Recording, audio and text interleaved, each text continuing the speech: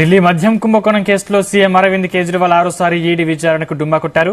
దర్యాప్తు సంస్థ ఇచ్చిన సమన్ల ప్రకారం ఇవాళ ఆయన ఈడీ కార్యాలయానికి వెళ్లాల్సి ఉంది. కాగా ఆయన ఇవాళ కూడా హాజరు కావడం లేదు. ఈ మేరకు సీఎం కేజ్రీవాల్ ఈడీకి సమాచారం ఇచ్చారు. ప్రస్తుతం ఈ వ్యవహారం కోర్టులో ఉన్న నేపథ్యంలో విచారణకు నోటీసులు ఇవ్వడం చట్టవిరుద్దమని ఆప్ ఆరోపించింది.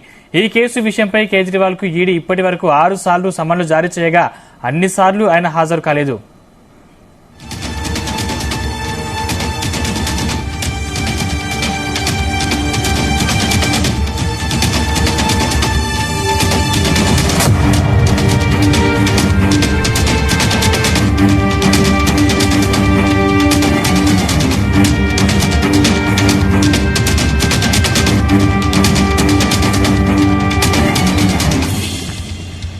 మద్యం కుంభకోణం కేసులో విచారణ నిమిత్తం జారీ చేసిన నోటీసులకు సీఎం స్పందించకపోవడంతో ఈడీ ఇటీవల కోర్టును ఆశ్రయించింది.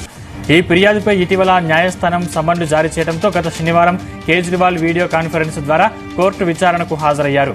అయితే ఆ రోజున విశ్వాస పరీక్ష ఉన్నందున వ్యక్తిగత హాజరు నుంచి మినహాయింపు ఇవ్వాలని, తదుపరి విచారణకు హాజరవుతానని సీఎం అభ్యర్థించారు.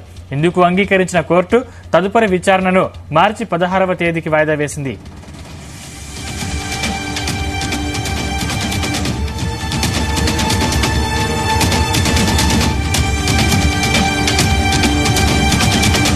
మద్యం కుంభకోణం కేసులో ఇప్పటికీ సీబీఐ కేజ్రీవాల్ ను విచారించింది. గతేడాది ఏప్రిల్లో ఆయన్ను 9 గంటల పాటు ప్రశ్నించారు.